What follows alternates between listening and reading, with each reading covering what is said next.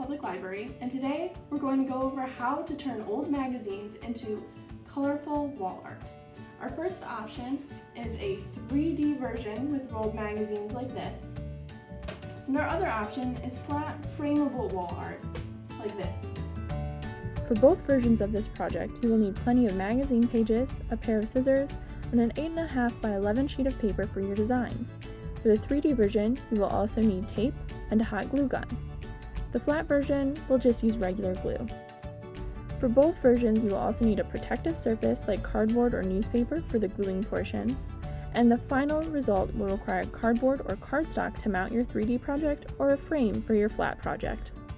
Before you do anything else, pick a design that you like. The examples we saw earlier were a butterfly and an elephant. If you have a computer and a printer, you can find and print a silhouette like the elephant, or you could draw an image yourself. The one I'm drawing today is a smiley face. When you're happy with the design, cut it out and set it aside. We'll come back to it later. Now we can get started with the magazines. Go through and tear out several pages that have colors you like. I'm choosing as many pages as I can with yellow for my smiley face and bright colors for my elephant. Now we can start preparing our pages. If you're making the 3D version, you'll cut or tear your magazine pages into 4 roughly equal sized rectangles, like I'm doing here. If you're tearing your pages, it helps to crease your folds in both directions. Using a tool like your scissors or a ruler can help make the creases extra sharp. Once you have a collection of pieces in the colors that you want, it's time to start making the 3D effect. To do this, you'll roll your magazine pieces into tubes. It's okay if you roll them slightly larger or narrower than these examples. Just know that the larger ones will take up more space on the design, and narrower ones will take up less space. Use tape in 1 or 2 places to secure it.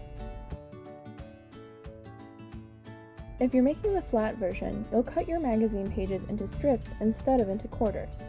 The strips should have roughly the same width. One way to do this is folding the pages in towards the center multiple times. Here's an example. First, fold the page in half hot dog style. Then, fold 1/2 in towards the middle again 2 times. Repeat the process on the other half of the page. You can use these lines as guides when cutting your page, or tear along the folds instead. Just like before, creasing the fold both ways will make it easier to tear. However you do it, it's okay if the strips don't turn out perfectly equal. Now that you have a nice little pile of magazine pieces ready to go, we'll start attaching them to our design. It's a good idea to use some newspaper, cardboard, or other protective surface under your project to prevent any glue-related mess. If you're making the 3D version, the easiest way to attach your magazine pieces is with a hot glue gun. If you don't have a hot glue gun, you can also use regular glue. Since that will take a little longer to dry, make sure to hold your magazine roll in place until it is secure before moving on to the next piece.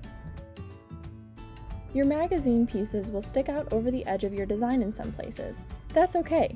You can wait until the end or trim along the edges of your design as you go. When you're done filling in the big spaces, you can use some of these trimmings to help fill in the smaller blank spaces that are left.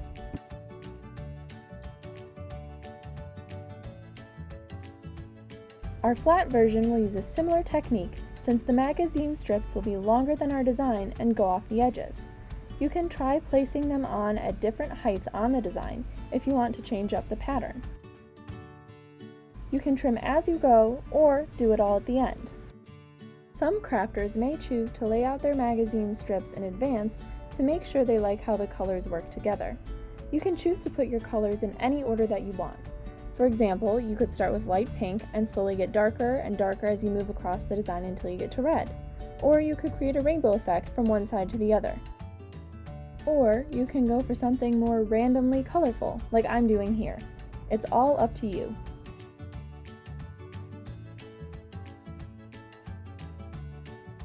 Now that our magazine art is all put together and safely dried, it's time to get ready to display. Mount your 3D wall art on cardboard or cardstock to help you keep your design in place and ready to show off. You can use your hot glue gun, standard glue, or even double-sided tape. If you're worried about getting the glue in the right place, try tracing the shape onto your backing, gluing within that space, and then placing your art on top. Your finished product should look something like this butterfly. And the last touch for our flat wall art is framing. I decided to use this 8.5 by 11 gold frame for mine. And that's how you create your very own upcycled magazine wall art. I hope that you enjoyed this craft, and I would love to see pictures of your finished product. You can find the Naperville Public Library on Facebook, or follow them on Twitter and Instagram at NaperLib. Feel free to tag the library so that we can see how yours turned out. Until next time, enjoy your crafts!